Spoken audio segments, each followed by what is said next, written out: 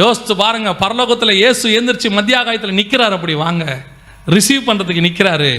ஒரு பக்கம் 2 பக்கமும் பிசாசு கூட்டம் நின்றுக்கிட்டு இருக்கு. அவங்க 2 பேருக்கு நடுவில் பிரதான தூதனுடைய சத்தம், டே வழிவிடுறா எல்லாம் நகரு.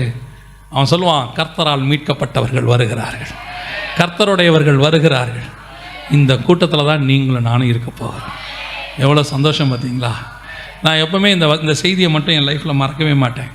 காரணம் என்னென்னா, எனக்கு திருப்பி ஆவியானவர் சொல்லிகிட்டே இருப்பார், அந்த கூட்டத்தில் நீ இருக்கணும், பறந்து போகிற கூட்டத்தில் இருக்கணும். எவ்வளோ ஊழியம் பண்ணி, எவ்வளோ தான தர்மம் பண்ணியோ அல்லது என்ன மேன்மையான காரியங்கள் செய்தோம், இந்த கூட்டத்தில் மட்டும் நீங்களும் நான் இல்லாமல் போயிட்டா அதை விட பரிதபிக்கப்பட்ட நிலைமை வேறு ஒன்றுமே கிடையாது. ஏன்னா அதுக்கு பிறகு பிசாசு 7 ஆண்டுகள் எங்கே தள்ளப்படுது? பூமியில் தள்ளப்பட்டு உபத்திரவக்காலம் ஆரம்பிக்குது. அதுக்கு முன்னாடி தான் கர்த்தர் உங்களை என்னையும் மீட்டுக்கிட்டு போக போகிறார். அப்போ நீங்களாலும் எவ்வளோ விசேஷம் பாருங்கள். நான் யோசித்து பார்த்தேன், அந்த காலத்தில் ராஜாக்கள் வரும்போது என்ன பண்ணுவாங்களாமா, 2 பக்கமும் சேவகர்கள் கையில் ஈட்டி பிடிச்சிக்கிட்டு நிற்பாங்களாம். ராஜா கோயிலுக்கு எங்கேயாவது போவாராம், 2 பக்கமும் நிற்பாங்களாம். ஜனங்கள்லாம் ஆரவாரம் பண்ணிக்கிட்டு இருப்பாங்களாம். ராஜா குதிரையில் அப்படி போயிட்டே இருப்பாராம். யாரும் அவரை தொற்றாமல் பார்த்துப்பாங்களாம். அந்த ராஜாவுக்கு இருக்கிற ஒரு கணம், ஒரு அமெரிக்க ஜனாதிபதிக்கு இருக்கிற கணம், அதை எல்லாவற்றிலும் மேலாக ராஜாக்களும் ஆசாரியருமாய் அழைத்த உங்களுக்கும் எனக்கும் கர்த்தர் உண்டாக்கி வச்சிருக்கிறார். பிரதான தூதனாகிய மிகாவேல் வந்து நின்று வழியை ரெடி பண்ணி அனுப்புகிறான்னு சொன்னால் நீங்கள் நான் எப்பேற்பட்டவங்க பார்த்தீங்களா? ஆண்டவர்கிட்ட ஒவ்வொரு நாளும் ஜெபம் பண்ணணும், ஆண்டவரே இந்த கூட்டத்தில் நான் இருக்கணும், அப்பா நான் இந்த கூட்டத்தில் இருக்கணும். கைவிடப்பட்ட கூட்டத்தில் இருந்துட்டா இந்த மேன்மை எனக்கு கிடைக்காது. சில நேரத்தில் சொல்லுவாங்க ரெட் கார்பெட் அப்படின்னு சொல்லுவாங்க. சிவப்பு கம்பளம் விரித்து வெளிநாட்டிலேருந்து யாராவது வந்தாங்கன்னா அவர் ஃப்ளைட்லேருந்து இறங்கும் போது பார்த்தீங்கன்னா ஒரு ரெட் கார்பெட் போட்டிருப்பாங்க. ஏதாவது ஒரு மீட்டிங்க்கு வராங்கன்னா அவருடைய ரெட் கார்பெட் போட்டிருப்பாங்க. அவர் அந்த ரெட் கார்பெட் நடந்து வருவார், மற்றவங்க எல்லாம் இருப்பாங்க. அது ஒரு கணம், ரெட் கார்பெட். நமக்கு ரெட் கார்பெட் இல்லை, ஸ்கை கார்பெட். வானத்திலே ஒரு பெரிய கார்பெட் போட்டு வழியை ரெடி பண்ணி அவங்கள கூட்டிகிட்டு வாங்க கர்த்தர் அனுப்புகிறார். நீங்களான எவ்வளோ விசேஷத்தை கூட்டம் இல்லை? இதை நம்ம ஒவ்வொரு நாளும் யோசிக்கணும். இதை மறக்கவே கூடாது. அந்த செய்தியை நம்ம என்ன செய்யக்கூடாது? மறக்கவே கூட. ஆண்டவரே ஒரு நாள் புறப்பட்டு நான் உண்மை சந்திக்கும்படி வருவேன். அதான் இவங்க நம்ம சாரல் நவரஞ்சம் அழகாக சொல்லுவாங்க, பறந்து புறா போல் சிறகடித்து பாடி சென்றோர் நாள் இளைப்பாறுவேன். அந்த பாட்டு ரொம்ப அருமையாக இருக்கும். நீங்கள் பார்த்தீங்கன்னா அவங்க அப்படியே அவங்களுடைய வாஞ்சை அந்த இடத்துல சொல்லுவாங்க, பறந்து புறா போல் சிறகடித்து பாடி சென்றோர் நாள் இளைப்பாறுவேன், பரலோக வாசல் பரமசியோன் பூரித்து என்னை வரவேற்குமே. எவ்வளோ பெரிய ஆசீர்வாதம் பாருங்கள். ஒரு பக்கம் இயேசு நின்று கூப்பிட்றாரு, தூதர்கள்லாம் வெயிட் பண்ணிக்கிட்டு இருக்கிறான். இந்த பக்கம் 2 பக்கமும் பிசாசு நிற்கிது, பிரதான தூதன் நிற்கிறான். அவைகளுக்கு நடுவில் நீங்களும் நானும் புறப்பட்டு மேலே போய் கொண்டிருக்கிறோம். அதான் வசனம் சொல்லுது, கர்த்தரால் ஆசீர்வதிக்கப்பட்டவர்களே உள்ளே பிரவேசியுங்கள். அல்லேலூயா. நீங்கள் நானும் அந்த கூட்டம். கடைசியாக வாசிங்க பார்ப்போம் அந்த வசனத்தை. 1 தெசலோனிக்கேயர் 4:16-17 வாசிங்கள் பார்ப்போம். ஏனெனில் கர்த்தர் தாமே ஆரவாரத்தோடும் பிரதான தூதனுடைய சத்தத்தோடும் தேவ எக்காலத்தோடும் வானத்திலிருந்து இறங்கி வருவார். நல்லா கவனிங்க. 3வது சவுண்ட் என்ன சவுண்டு? இப்பதான் இவ்வளோ நடந்துருச்சே. எக்கால சத்தம் எதுக்காக ஊதுறாங்க? இயேசு ஆரவார சவுண்டு போட்ட உடனே இவன் டேக் ஆஃப் ஆகிறான், மரித்தோர் உயிரோடு கூட எழுந்திருக்கிறாங்க. அப்படி புறப்பட்டு போயிட்டு இருக்கும் போது ஒரு பிரதான தூதனுடைய சவுண்டு, எல்லாம் வழிவிடு தேவனுடைய வராங்க அப்படின்னு சொல்லி அந்த பிரதான தூதனுடைய சத்தம், அது அதிகாரம், அது வந்து ரூட் கிளியர் பண்ணுறது. சண்டை போட்டு எல்லாம் வழிவிடுறான். யாரும் நீங்கள் தெரியுமா, நம்மளை பிசாசு தடுக்குமா தடுக்காதானா? கண்டிப்பாக என்ன செய்யும்? தடுக்கும். எங்கே இருக்குதுன்னு கேட்டிங்கன்னு சொன்னால், நம்ம யூதா புஸ்தகம் 9ஆம் வசனத்தில் வாசித்தோம் இல்லையா? அங்கே பாருங்கள், தேவனே கொண்டு போய் மோசேவை அடக்கம் பண்ணினார்னு இருக்குது. அப்படி தானே இருக்குது. கர்த்தர் தான் கொண்டு போய் அவனை என்ன பண்ணார்? அடக்கம் பண்ணினார். ஆனால் மோசேயின் சரீரத்தை குறித்து அவன் என்ன பண்ணானா? தர்க்கம் பண்ணினான்னு இருக்கு. ஓ, கர்த்தர் சரீரத்தை கொண்டு போயிட்டாரியா? இவன் கேட்குறான், அந்த சரீரம் எங்க? அது பாதாளத்துக்கு வரணுமே, பாதாளத்தின் திறவுகோல் என் கையில் இருக்குதே, கணக்கு இன்னும் செட்டில் ஆகலையே, மோசேயின் சரீரத்தை கொடுங்கன்னு கேட்குறான். அதுக்கு அந்த தூதன் சொல்கிறான், கர்த்தர் உன்னை கடிந்து கொள்வாராங்க. இப்போ யோசிச்சு பாருங்க, கர்த்தர் கொண்டு போன சரீரத்துக்கு அவன் என்ன கேட்குறான்? கணக்கு கேட்குறான். மோசேயின் சரீரத்திற்கே அவன் கணக்கு கேட்பானால், மரித்து போன மோசேயின் சரீரம், செத்து போன மோசேயின் சரீரத்திற்கே அவன் கணக்கு கேட்பானால், ஜீவனுள்ள உங்களுடைய என்னுடைய ஆத்மா பரலோகத்துக்கு போகும்போது கர்த்தர் நிச்சயமாக பிசாசு கணக்கு கேட்பான். எவ்வளோ தடுக்க முடியுமோ என்ன செய்வான்? தடுப்பான். அப்படி தடுக்காமல் இருக்கிறதுக்கு தான் அந்த ரூட்டை கிளியர் பண்ணி நமக்கு சொல்கிறது யார் வர்றது?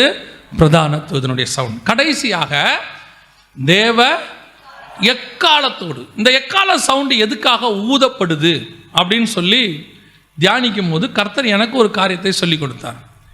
யோசுவாவின் புஸ்தகம் 6ஆம் அதிகாரம் 20வது வசனம் வாசிங்க. எக்காலங்களை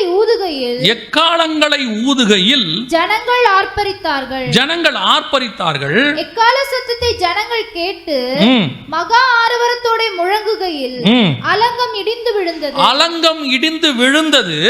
உடனே ஜனங்கள் அவரவர்கள் தங்களுக்கு நேராக பட்டணத்தில் ஏறி பட்டணத்தை பிடித்து. இந்த சம்பவத்துக்கும் இதுக்கும் என்ன சம்பந்தம்? இந்த சம்பவத்தில் இது இப்படி இருக்கு. எனக்கு இந்த வசனத்தை கர்த்தர் உணர்த்தினார். இந்த வசனத்தை தியானிச்சுட்டே இருக்கும்போது ஆண்டவர் இந்த வசனத்தை உணர்த்துறார். இது என்னன்னா, அதுக்கு பிறகு இதுக்கு பின்னாடி உள்ள நிறைய விஷயங்களை கர்த்தர் சொன்னார். யார் ராகாப்பு, அவங்க ஏன் சிவப்பு கலர் கயிறு கட்டினாங்க, ஏன் 2 வேவுக்காரங்க வந்தாங்க, இஸ்ரவேல் ஜனங்க கானானுக்குள்ளே நுழைஞ்ச உடனே ஏன் எரிகோவை பார்த்தாங்க, இப்படி ஒவ்வொன்றதுக்கு பின்னாடியும் நிறைய ஆவிக்குரிய சத்தியம் இருக்குது. நாம் இப்போ அதுக்குள்ளே போகலை. ஆனால் இந்த சம்பவத்தை வாசித்து ஆண்டவர் அதுக்கான ஒரு லிங்க் கையில் கொடுத்தார். எக்காலம் ஊதுகையில் அலங்கம் இடிந்து விழும். அலங்கம் இடிந்து விழுந்த உடனே அவரவர்கள் தங்களுக்கு நேராக இருக்கிற பட்டணத்தை ஏறி பிடித்தார்கள். இந்த வசனத்தை கர்த்தர் உணர்த்துறார். இதனுடைய அர்த்தம் என்ன அப்படின்னு கேட்டிங்கன்னா, என்னுடைய ஆத்மாவானது இப்பொழுது ஒரு அலங்கத்துக்குள்ளே குடியிருந்து கொண்டிருக்கிறது. இப்போ நீங்களும் நானும் எதுக்குள்ளே குடியிருக்கிறோம்?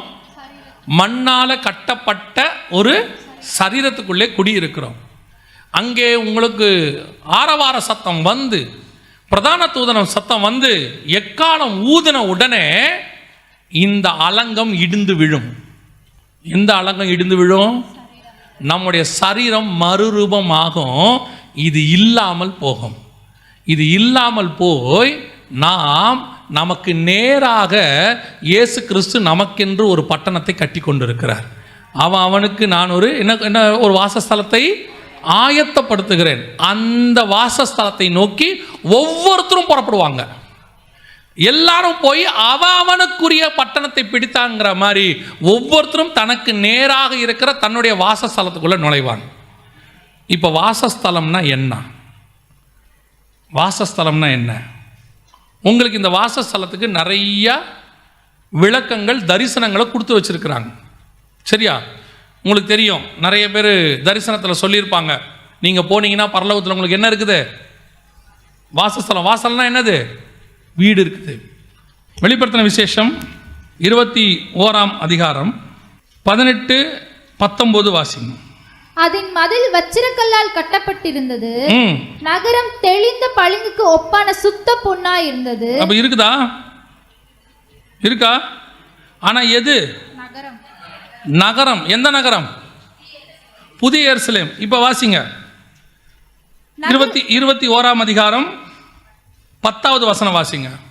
பெரிதும் உயரமான ஒரு பர்வதத்தின் மேல் என்னை ஆவியில் கொண்டு போய் தேவனுடைய மகிமையை அடைந்த எருசலேம் ஆகிய பரிசுத்த நகரம் பரலோகத்தை விட்டு தேவனிடத்திலிருந்து இறங்கி வருகிறது. எனக்கு பரலோகத்தை விட்டு தேவனிடத்திலிருந்து இறங்கி வருகிறது. அப்போ பரலோகத்திலிருந்து வந்த புதிய எருசலேம்ல தான் என்ன இருக்குது? ரோடு கோல்டா இருக்குது. அங்க கூட வீடு இருக்குதுன்னு இல்லை, அங்க கூட உள்ள வீடு இருக்குன்னு இல்லை, அங்க கூட என்ன இருக்குது? ரோடு கோல்டா இருக்கு. நகரத்தின் வீதி சுத்த பசும் பொன்னாக இருந்தது. ஆனா பரலோகத்தினுடைய வீதி கோல்டா இருந்துச்சுன்னு எங்க இருக்கு? அப்படி எதுவும் இல்லை. ஏன் அப்படின்னா, பரலோகம் எப்படி இருக்கும்னே பைபிள்ல இல்லை. பரலோகத்தினுடைய ஒரே ஒரு சில காரியங்கள் மட்டும்தான் கொடுக்கப்பட்டிருக்கிறது. அங்கே ஒரு சிங்காசனம் உண்டு. சிங்காசனத்தை சுற்றி 4 ஜீவன்கள் உண்டு. 4 ஜீவன்களை சுற்றி 24 மூப்பர்கள் உண்டு. அங்கே 7 தீவெட்டிகள், அதாவது 7 தீபங்கள், 7 ஆவிகள் உண்டு. அதை சுற்றி கண்ணாடி கடல் உண்டு. இவ்வளோதான் பரலோகத்தை பற்றின டிஸ்கிரிப்ஷன் இருக்குது. மற்றத்தை பற்றி, பரலோகத்தை பற்றி வசனம் சொல்லுது, அவர் நமக்கு நியமித்தவைகளை நம் கண்கள் காணவும் இல்லை, நம் காதுகள் கேட்கவும் இல்லை, அது மனுஷருடைய கற்பனைக்கு தோன்றவும் இல்லை.